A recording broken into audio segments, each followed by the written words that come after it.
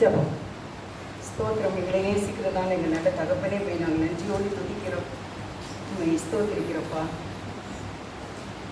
3வது வாரமாக நாங்கள் சமாதானம் என்றுதான அந்த கனியின் ஒரு பகுதியை பார்க்க இருக்கின்றோம். அடிமையை மறைத்து நீங்கள் பேச வேண்டும். எங்களுடைய இவ்வளவு நேரமும் நாங்கள் ஜெபித்த விண்ணப்பங்கள் உடைய சமூகத்திலே உங்களுக்கு பிரியமாக இருப்பதாக. தேவனே வந்திருக்கிற தம்முடைய பிள்ளைகள் ஒவ்வொருவரையும் நீங்கள் வழி நடத்துங்க. அவங்களுக்கு தைரியத்தை கொடுங்க. இந்த கவலையை மாற்றுங்க. ஆசீர்வதிங்க. குடும்பத்தில் நல்ல சுகம் தாங்க, பலன் தாங்க. மன விருப்பங்கள் நிறைவேறட்டும். தீர்க்க ஆயுசை கொடுத்துள்ளும். தேவைகளை சந்தித்தள்ளும். பயப்படாமல் இருக்க உதவி செய்யும். சந்தோஷமும் சமாதானமும் வீட்டுக்குள்ளே இருக்கட்டும். ஒவ்வொரு பேரையும் பேர் பேராக தேவன் ஆசீர்வதிக்கணும். அடிமை தாழ்த்தி ஒப்படுகிறேன். இயேசுவின் நாமத்தில் வேண்டிக் கொள்கிறேன். ஜீவன் உள்ள நல்ல பிதாவே. ஆமென். அல்லேலூயா. நாளில் நம்ம பார்க்கக்கூடியது சமாதானம். முதல் என்ன பார்த்தோம்? அன்பு. அன்பு இல்லை என்றால் அதில் பயன் இல்லை அப்படின்னு பார்த்தோம். 2வது பார்த்தோம் சந்தோஷம். எந்த நெருக்கம், எந்த கஷ்டம், எல்லாவற்றையும் மத்தியிலையும் நம்ம எப்படி இருக்கணும்? சந்தோஷமாக இருக்கணும். அப்படின்னா என்ன? நம்பிக்கை. ஆண்டவர் எங்களை நல்லா வைப்பாங்க. கர்த்தர் சமீபமாக இருக்கிறார், அதனால நான் சந்தோஷமாக இருக்கேன். கர்த்தரிய பக்கத்தில் இருக்கிறாரு, எல்லாம் பார்த்துடுவாங்க அப்படிங்கிறதுனால தான் சந்தோஷம் வருது. இப்போ இன்றைக்கி நம்ம பார்க்க போகிறது சமாதானம். சமாதானம் வரணும்னா என்ன வரணும் தெரியுமா? பாவ மன்னிப்பு இருக்கணும். தேவனுக்கு நமக்கும் என்ன ஒரு டச்சிங், தேவனுக்கு நமக்கு உறவு இருந்தால் தான் அந்த சமாதானம் நமக்கு கிடைக்கும். ஆண்டவர் கொடுக்கறது சமாதானம். சந்தோஷத்தை விட சந்தோஷம் நல்லா இருக்கும். சமாதானம் எப்போவுமே அப்படியே அமைதியாக இருக்கும். நதியை போல சமாதானம் நதியை போல இருக்கும் அப்படின்னு சொல்லியிருக்காரு. அப்போ ஆண்டவர் நமக்கு இன்றைக்கி கொடுக்குற ஆசீர்வாதம் உங்களுக்கு சமாதானம். அல்லேலூயா. அது மாதிரி இயேசுப்பா உயிர் தெழுந்த உடனே தன்னுடைய சீடர்கள் மத்தியில் சொன்ன வார்த்தை உங்களுக்கு சமாதானம். சீடர்களை பார்த்து சொல்றாரு, நீங்க முதலாவது ஒரு வீட்டுக்கு போனா அங்க என்ன சொல்லணும்? அந்த வீட்டுக்கு சமாதானம் சொல்லுது. அவங்க பாத்திரவன்களா இருந்தால் நம்ம கண்டிப்பா பாத்திரவன்களை தான் இருப்போம், இருக்க மாட்டோம். ஆனா நம்ம அதை சொல்லணும். இங்க யார் வீட்டுக்கு இனிமேல் இருந்து போனாலும் நம்ம போய் இன்றைக்கு போது நம்ம பேசலான்னு சொல்லிட்டு போவோம். அடுத்து நம்ம காலு உள்ள வைக்கும்போது என்ன சொல்லணும்? சமாதானம். அது நம்ம பிள்ளை வீடா இருக்கலாம், மகா வீடா இருக்கலாம், அண்ணன் தம்பி வீடா இருக்கலாம். எந்த வீட்டுக்கு போனாலும் நம்ம வாயிலும் வருகிற முதல் வார்த்தை சமாதானம். அப்போ உங்கள் நிமித்தமாக அந்த குடும்பத்துக்கு என்ன கிடைக்கும்? சமாதானம் கிடைக்கும். இப்போ ஆண்டவர் சொல்றாரு, லூக்கா 7வது அதிகாரம் 47வது வசனம். ஆதலால் நான் உனக்கு சொல்லுகிறேன், இவள் செய்த அநேக பாவங்கள் மன்னிக்கப்பட்டது, இவள் மிகவும் அன்பு கூர்ந்தாளே. எவருக்கு கொஞ்சம் மன்னிக்கப்படுகிறதோ அவன் கொஞ்சமாய் அன்பு கூறுவான் என்று சொல்லி 48 அவளை நோக்கி உன் பாவங்கள் மன்னிக்கப்பட்டது என்றார். அப்பொழுது கூட இது மட்டும் இது 2ஐயும் பார்ப்போம். அந்த மரியாள் தான் காலில் எண்ணெய் பூசி என்ன செய்கிற ஓயாமல் முத்தம் செய்து அழுறா. அவளுக்கு என்ன அப்படின்னா, ஆண்டவரை பார்த்த உடனே நம்ம எவ்வளோ பெரிய பாவியாக இருக்கும். ஒருவேளை ஆண்டவருடைய கால்களில் கூட அந்த பரிசுத்தை என்ன செய்திருக்கோம்? வழங்கியிருக்கும். சில பேருடைய முகத்தில் பரிசுத்தம் இருக்கும், அவங்க நல்லா சிரிப்பாக இருப்பாங்க, பரிசுத்தமாக இருக்கும். பார்த்த உடனே தெரியும். அதே மாதிரி அந்த கால்களில் அவர் பார்க்கும்போது நேரு கதை பேசியிருக்கும். அந்த கால் இது பரலோகத்தில் இருக்க வேண்டிய கால்கள், இந்த பூமியில இருக்கிறது. இந்த காலில் நான் முத்தம் செய்யும்போது, பரிமள தைலத்தை பூசும்போது என்னுடைய பாவங்கள் மன்னிக்கப்படும் அப்படிங்கிறதுனால தான் அதில் ஒரு இதில் வருதா என்ன தெரியல, ஓயாமல் முத்தம் செய்தால் அப்படின்னு. எப்படி நம்ம சின்ன குழந்தை, பிறந்த குழந்தை 4 மாதம் 5 மாதம் குழந்தை எப்படி முத்தம் கொடுப்பாங்க? சப்புன்னு கொடுப்பாங்க. 45வது வசனம் இல்லையா? ஸ்திரீயிடமாய் திரும்பி சீமோனை நோக்கி, இந்த ஸ்திரியை பார்க்கிறாயே, நான் உன் வீட்டில் பிரவேசித்தேன், நீ என் கால்களுக்கு தண்ணீர் தரவில்லை. இவ்வளோ தண்ணீரினால் என் கால்களை நனைத்து தன் மகிழினால் அவைகளை. அடுத்தது 45 நீ என்னை முத்தம் செய்யவில்லை. இவ்வளோ நான் உட்பிரவேசித்தது முதல் என் பாதங்களை ஓயாமல் முத்தம் செய்தார். யாருமே ஆண்டவருக்கு இதுவரை யூதாஸ் தான் கடைசியில் காட்டி கொடுக்கும்படியான ஒரு முத்தம் கொடுத்தான். மற்றபடி சீடர்கள் கூட இருந்தாலும் என்ன செய்யல, முத்தம் கொடுக்கல. சங்கீதம் 2 கடைசி வசனம் வாசிங்க. சங்கீதம் 2ல் கடைசி வசனம். குமாரன் கோபம் கொள்ளாமலும் நீங்கள் வழியிலே அறியாமல் இருக்கும்படிக்கு அவரை முத்தம் செய்யுங்கள். கொஞ்சம் காலத்தில் அவருடைய கோபம் பற்றி எரியும். அவரை அண்டிக் கொள்கிற யாவரும் பாக்கியவான்கள். அப்போ என்ன செய்யணும்? ஆண்டவரை நம்ம முத்த செய்யணும். ஆணைக்குள்ளாக நம்ம தேவனை நம்ம காண வேண்டும். அப்படியாக முத்த செய்யணும். ஏன்னா கொஞ்ச காலத்திலே ஆண்டவருடைய கோபம் பற்றி எரிய போகிறது. அதெல்லாம் எப்படி இருக்கும்? ஏன்னா இப்போ எப்படி யுத்தங்கள் நடந்து கொண்டிருக்கு. இதே மாதிரி நம்ம நாட்டுக்குள்ள வந்தால் எப்போ என்ன நடக்குன்னே நமக்கு தெரியாது. நம்முடைய பிரச்சனை என்ன ஒன்றுமே இல்லை. அதனால தான் இந்த கோபம் எங்கள் மேல் பற்றி எரியாதபடிக்கு நம்ம ஆண்டவருடைய கால்களை நினைத்து நம்ம முத்த செய்ய வேண்டும். அந்த உறவுக்குள்ளாக நம்ம என்ன செய்யணும்? வரணும் அப்படின்ட்டு நான் உங்களுக்கு சொல்கிறேன். அப்போ ஆண்டவர் சொல்கிறார் அவளை பார்த்து, 48 அவளை நோக்கி உன் பாவங்கள் உனக்கு மன்னிக்கப்படுதுன்னு சொல்லிட்டு 50 வசனமா 50 அவர் ஸ்திரியை நோக்கி உன் விசுவாசம் உன்னை ரட்சித்தது, சமாதானத்தோட போய் இருந்தார். பாவங்கள் மன்னிக்கப்படுது. அடுத்து சமாதானத்துக்கு என்ன தேவை அப்படின்னா விசுவாசம். விசுவாசம் தான் இந்த உலகத்திலேயே நமக்கு மெயினானது. என்னன்னா விசுவாசம். விசுவாசம் மட்டும் இல்லை அப்படின்னா ரொம்ப சோர்ந்து போயிடும். எப்படி தேவன் நடத்துவார்? என்னை அழைத்தவர் உண்மையுள்ளவர். ஆண்டவருடைய அழைப்பும் அவருடைய கிருபைகளும் மாறாதவைகள். நமக்கு தான் நாளாக சோர்வுகள், பலவீனங்கள், முன்னால மாதிரி ஜெபிக்க முடியல, முன்னால மாதிரி பாட முடியல, முன்னால மாதிரி ஆராதிக்க முடியல அப்படின்லாம் சொல்லலாம். சோர்வு வந்துடுது. ஒரு குறிப்பிட்ட வயசுக்கு பிறகு சோர்ந்து போய் இருக்கிறார்கள். ஆனால் ஆண்டவருக்கு அப்படி கிடையவே கிடையாது. அவர் எப்பவுமே இப்படிதான். அவர் நித்திய, அதாவது நீடித்த ஆயுசு உள்ளவர், நீண்ட ஆயுசு உள்ளவர். அவருக்கு சோர்வே என்பது கிடையவே கிடையாது. சோர்ந்து போயிருவனுக்கு பலனும் சத்தம் இல்லாதவனுக்கு சத்துவத்தை கொடுக்கிற ஆண்டவர் மேல நம்ம நல்ல விசுவாசமாக இருக்க வேண்டும். ஆண்டவரை நம்ம ரொம்ப பெரியவராக பார்க்க வேண்டும். தேவனே, உங்களால முடியாத காரியம் ஒண்ணுமில்லை. ஏன்னா சோறு வந்துட்டுனா நீங்க உங்களுடைய ஜெபமே என்ன செய்திரும், குறைஞ்சிரும். அந்த நாட்கள்ல நம்ம நடத்தினார்ல, இந்த நாட்கள் ஏன் நடத்த மாட்டாரு? நான் ஒரே ஒரு காரியத்தினால 7 வருஷம் கஷ்டப்பட்டேன். ரைட்டா 7 ஆண்டுகள் கஷ்டப்பட்டேன். அதுக்கு பிறகு திருப்பி சில சமயத்தில் அதை மாதிரி ஒரு நெருக்கம் வரும்போது நினைப்பேன், அந்த 7 ஆண்டுகள் என்னை காப்பாற்றின ஆண்டவர் இந்த நாளிலும் என்னை காப்பாற்றுவார். 7 ஆண்டுகள் காப்பாற்ற முடிஞ்சதுக்கு இப்போ ஏன் முடியாது அப்படிங்கிற அந்த விசுவாசம் நமக்குள்ள வரும். அதுக்கு மெயின் என்ன அப்படின்னா ஜபம். ஜபம் இல்லாமல் ஒன்றுமே இல்லை. நம்ம சர்ச்சைக்கு போகிற வீட்லேயுமே நல்ல ஜபம் வருது. உங்களுக்கு ஒரு குறிப்பிட்ட இடத்த வச்சு ஜபிக்கும் போது இந்த சமாதானம் நமக்கு வந்துடுவோம். அவர் சொல்ற ஸ்திரி நோக்கி உன் விசுவாசம் உன்னை ரட்சித்தது, சமாதானத்தை சொன்ன உடனே அந்த இருதயம் எவ்வளவு சந்தோஷமா இருக்கும். சமாதானம், பீஸ் ஆஃப் மைண்ட் அப்படி ரொம்ப ஆறுதல் தான் சொல்லலாம். நம்மளும் ஆண்டுகிட்டு கேட்கணும், ஆண்டவரே என்னை பார்த்து நீங்க சொல்லுங்க, உனக்கு சமாதானம், உங்களுக்கு சமாதானம் என்ன அப்படி நீங்க சொல்லிக்கிட்டே இருக்க. எனக்கு சமாதானம், என் பிள்ளைக்கு சமாதானம், என் பிள்ளைகளுக்கு சமாதானம், என் மருமக்களுக்கு சமாதானம், பேரபேத்திக்கு சமாதானம், என் கணவனுக்கு சமாதானம், எங்களுக்கு சமாதானம். அந்த வார்த்தைகளை சொல்ல சொல்ல சொல்ல அப்படியே நமக்கு என்ன செய்ய பழிச்சிடும். நின்று சொல்றேன், மனசுல குழப்பமாவே இருக்க, பாரமாவே இருக்க, துக்கமாவே இருக்க, நீங்க எனக்கு உங்களுடைய சமாதானத்தை நதியை போல எனக்கு கொடுங்கன்னு சொல்லி நீங்க எழுதி வச்சோ தேவ சமூகத்தில் அதிகமாக சொல்லிக்கிட்டே இருந்து பாருங்க, அந்த சமாதானம் நமக்கு வரும். நினைச்ச உடனே கண்களில் அப்படி தண்ணி கொட்டுற மாதிரி காரியங்கள் இருக்காது. ஏன்னா நம்முடைய ஆண்டவர் உயிர் உள்ளவர். கண்ணை உருவாக்கினவர் பார்க்கிறார், காதை உண்டாக்கினவர் கேட்கிறார்.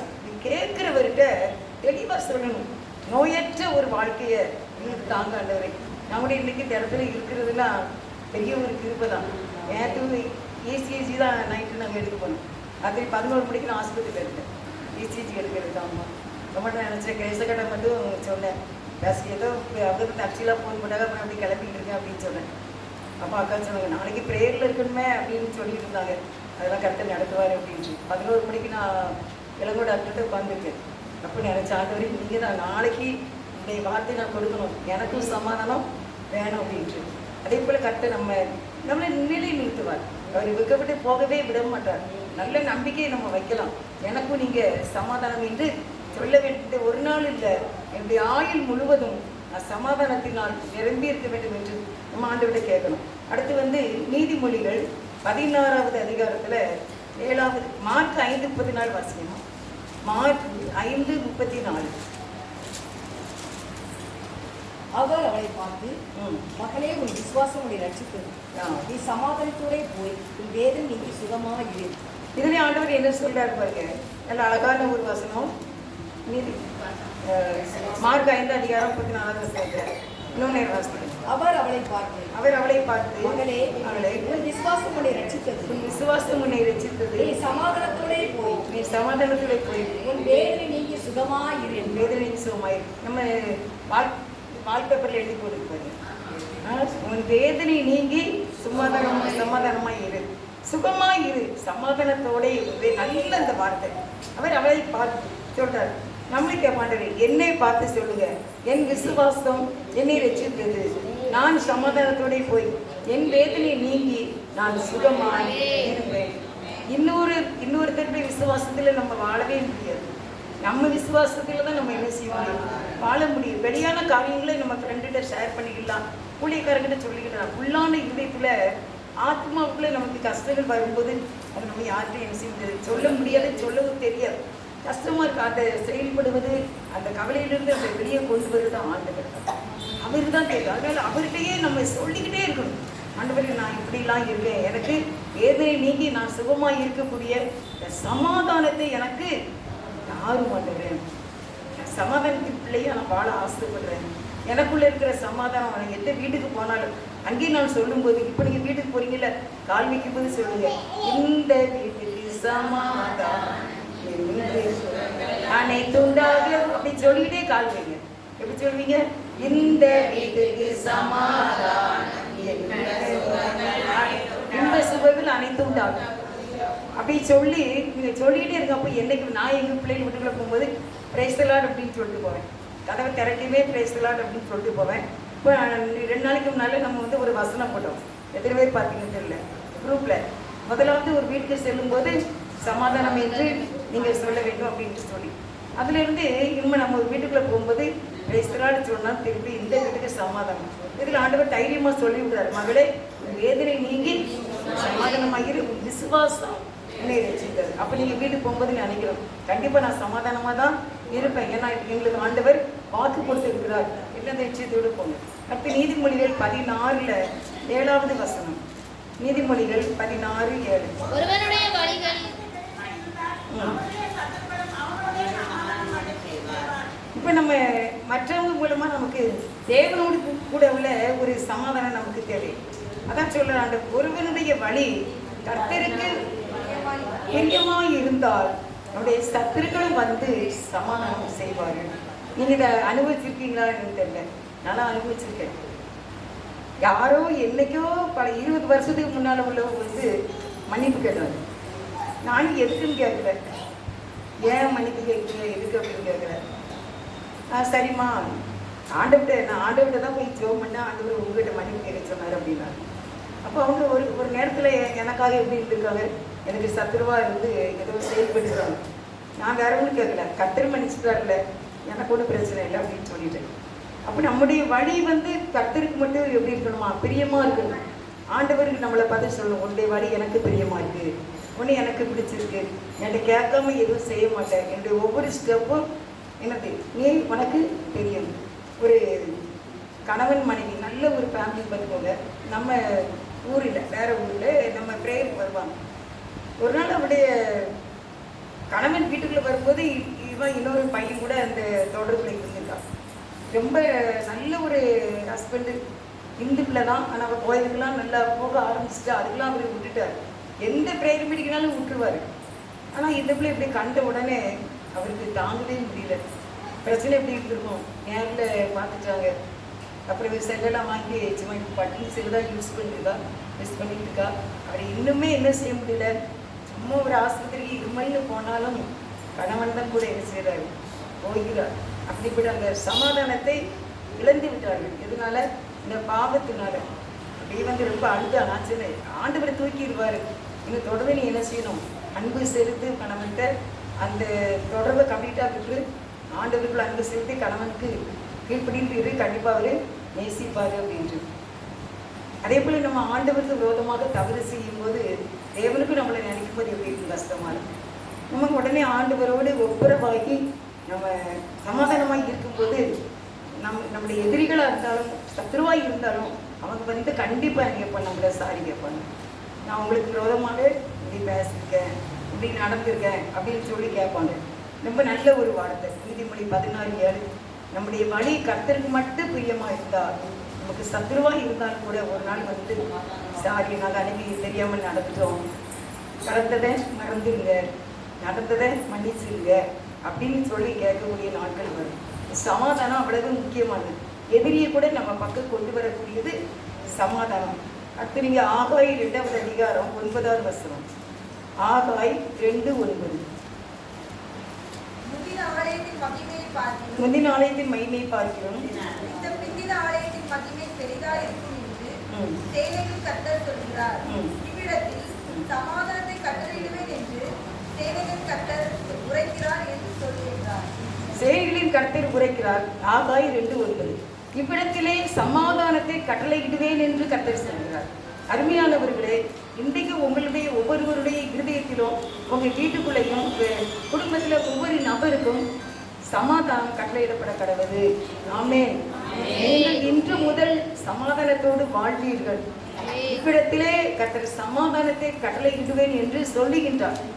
தேவனுக்கு அதுக்கு நம்ம நன்றி சொல்ல வேண்டும். இன்றைக்கு உங்களுக்கு 3வது தேதியில இந்த குழந்தைக்கு இன்னைக்கு 3ஆம் தேதி இந்த புதன்கிழமை ஜெபம். இந்த ஜெபத்துல கர்த்தர் சொல்லுகிற வார்த்தை என்னதான்?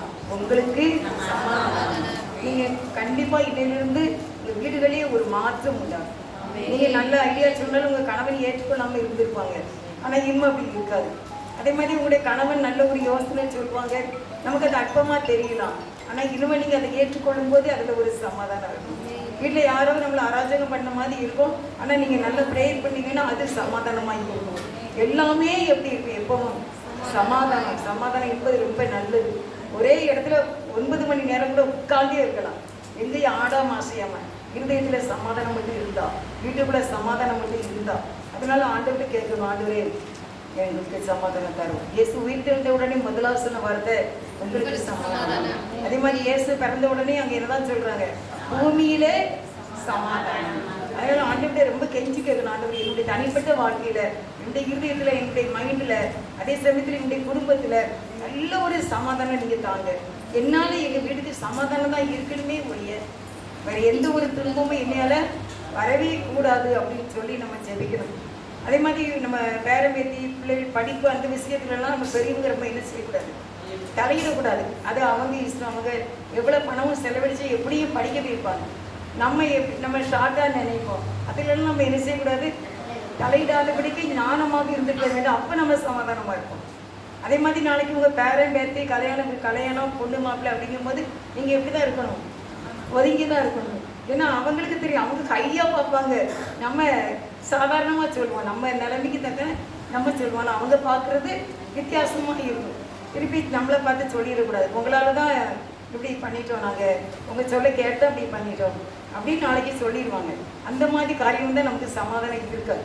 அதனால அதுலலாம் ரொம்ப ஞானமாக இருந்துக்கிறோம். நம்மளை விட நம்ம பிள்ளைகள் ஞானமாக இருக்காங்களா இல்லையா? நம்மளை விட அவங்க நல்லா சம்பாதிக்காங்களா இல்லையா? நம்மளை விட அவங்க டேலண்டாக இருக்காங்களா இல்லையா?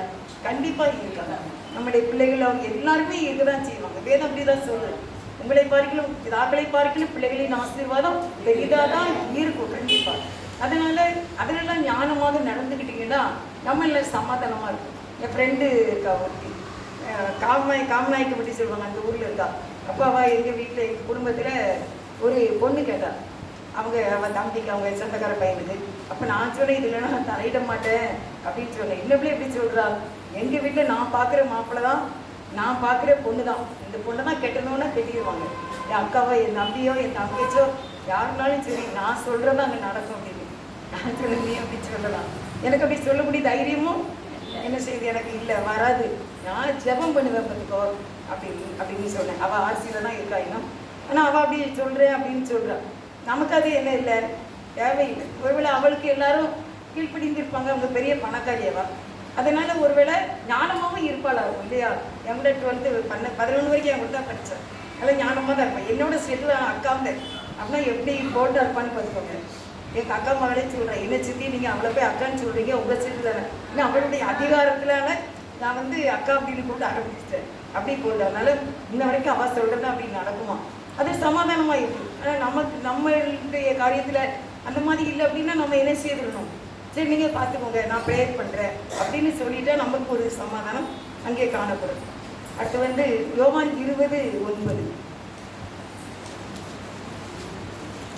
யோவான் 19, 20, 19, 19, 20, 19. வாரத்தின் முதல் நாளாகிய ஆ. அன்றைய தினம் சாயங்கால வேளையிலே சீஷர்கள் கூடியிருந்த இடத்தில் யூதர்களுக்கு பயந்ததினால் கதவுகள் பூட்டியிருக்கையில் இயேசு வந்து நடுவே நின்று உங்களுக்கு சமாதானம் என்றார். இந்த இயேசு வந்து எல்லாரும் கதவை பூட்டி பயந்துருக்காங்க. யூதர்கள் வந்து அடிச்சிருவாங்களோ கொன்றுவாங்களோ. நானும் இந்த இடத்துல உட்கார ஒவ்வொரு நாள் நினைப்பேன், திடீர்னு 10 பேர் 15 பேர் அருவாக்கம் கூட வந்துடுவாங்களோ அப்படின்னு நிறைய நாள் எனக்கு பயமா இருக்கும். இப்போ கூட வீரமாண்டிய பட்டணத்தில் ஒரு சபையில் வந்து ஆராதனை நடந்துட்டு இருக்கும்போது எல்லாத்தையும் அடித்து நொறுக்கி எல்லாமே பண்ணி போட்டாங்களாம். அங்கே ஒரு தம்பி இருக்காங்க, சென்ட்ரல் கவர்மெண்ட்டு டிபார்ட்மெண்ட்டு ரிட்டையர்ட் ஆகிட்டாங்க. அங்கே தனியாக இருக்க பிள்ளைகள் கல்யாணம் ஆகிருக்கு. அவரு சபைக்கு போக முடியலக்கா, இங்கே பழைய வீரபாண்டி பட்டணத்தில் நாங்கள் ஆராதிக்கிற சபையில் அடித்து நொறுக்கி எல்லாத்தையும் பீஸாக்கி போட்டாங்க. 10 பேர் கூட வந்து இன்னைக்கு சர்வீஸுமே நான் போகலை அப்படின்னாங்க. அதே மாதிரி நமக்குலாம் வந்துட்டுனா என்ன செய்ய முடியும் என்ன அப்படின்னா ஒவ்வொரு நாள் நினச்சி பயமாக தான் இருக்கும். ஆனால் ஆண்டவர் அப்படி கூட்டி இருக்கிற அவங்க மத்தியில் வந்து சொன்னார் சமாதானம். இன்றைக்கு நீங்கள் நெஞ்சு நிறைய நல்ல ஒரு சமாதானத்தோட சந்தோஷத்தோட போங்க, கர்த்தர் உங்களுக்கு கிருபை செய்வார். 2 தெசலோனிக்கேயர் 3வது அதிகாரம் 14. 2 தெசலோனிக்கேயர் 3:14.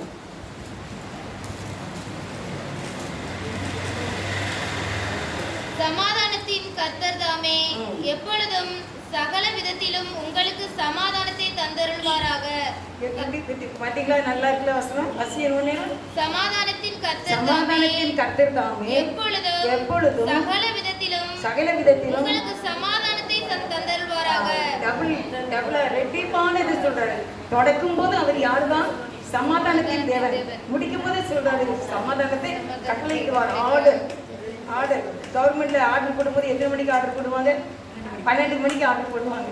கரெக்டாக 12 மணிக்கு காலையில் பார்த்தா நியூஸ் என்ன, பேப்பர் என்ன, எல்லாத்துலேயுமே இருக்கும் நச்சு. அதே போல் இந்த நேரத்தில் கர்த்தர் நமக்கு கட்டளையிடுறார். 2 தெசலோனிக்கேயர் 3வது அதிகாரம் 16வது வசனத்தில் சமாதானத்தின் தேவன் தாமே கர்த்தர் தாமே உங்களுக்கு சமாதானத்தை எங்களிடத்தில் கட்டளையிடுவார். அல்லேலூயா. எங்களிலே இருந்து எங்கள் பிள்ளைகளுக்கு இந்த சமாதானம் பாயட்டும், வேகமாக பாயட்டும். மக்களுக்குள்ளே மருமக்களுக்குள்ளே பேரமைத்துக்குள்ளே சமாதானம் பாய்வதாக. ஒரு சின்ன குழந்தைய நம்ம ஸ்கூல்ல தான் எல்கேஜிக்கு சேர்த்துருக்காங்க. சேர்த்துட்டு அம்மா அப்பா வெளியே வராங்களோ அந்த பையன் அழைச்சதும் ஏற்று வரைக்கும் கேட்குதான், மம்மி மம்மி மம்மின்னு கிடந்து அப்படி கிடந்து அழுறான். தாய்க்கு என்ன ஸ்கில் தெரியல.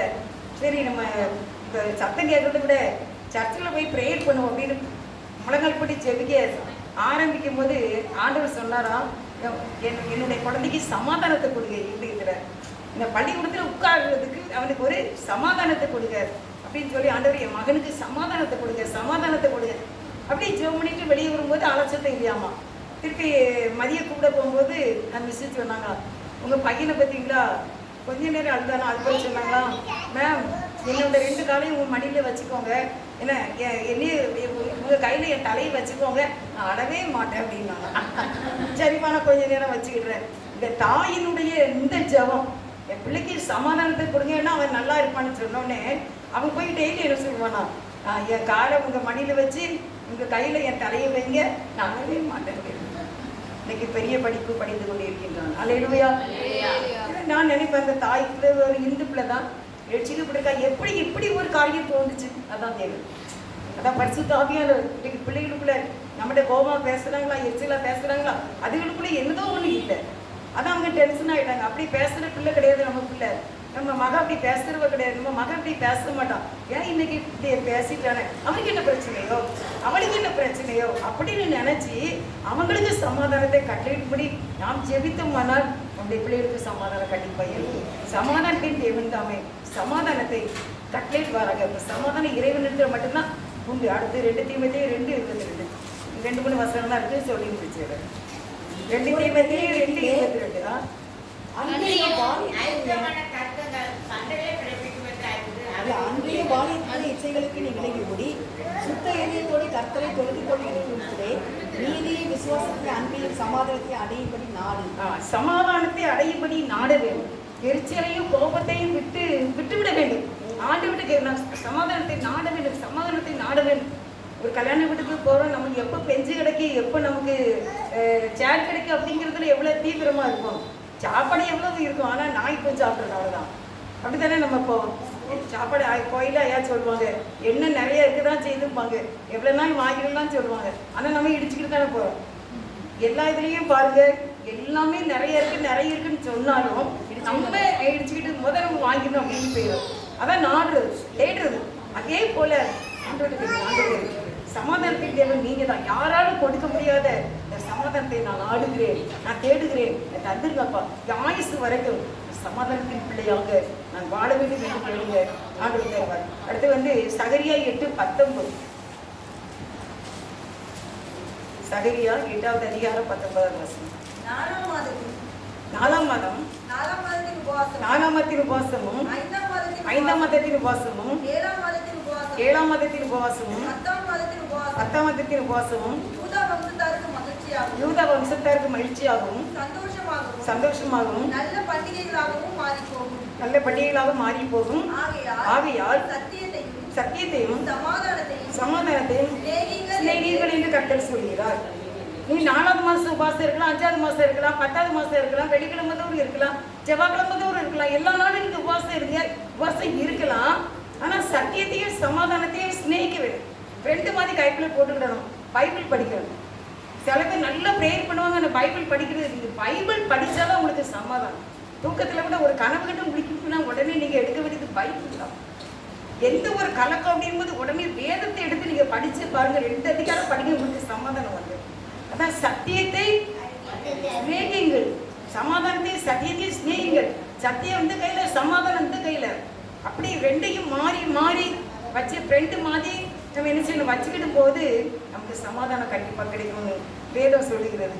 சகரியா 8:12. விதைப்பும் சமாதானம் உள்ளதாக இருக்கும். திராட்சை செடி தன் கனியை தரும்.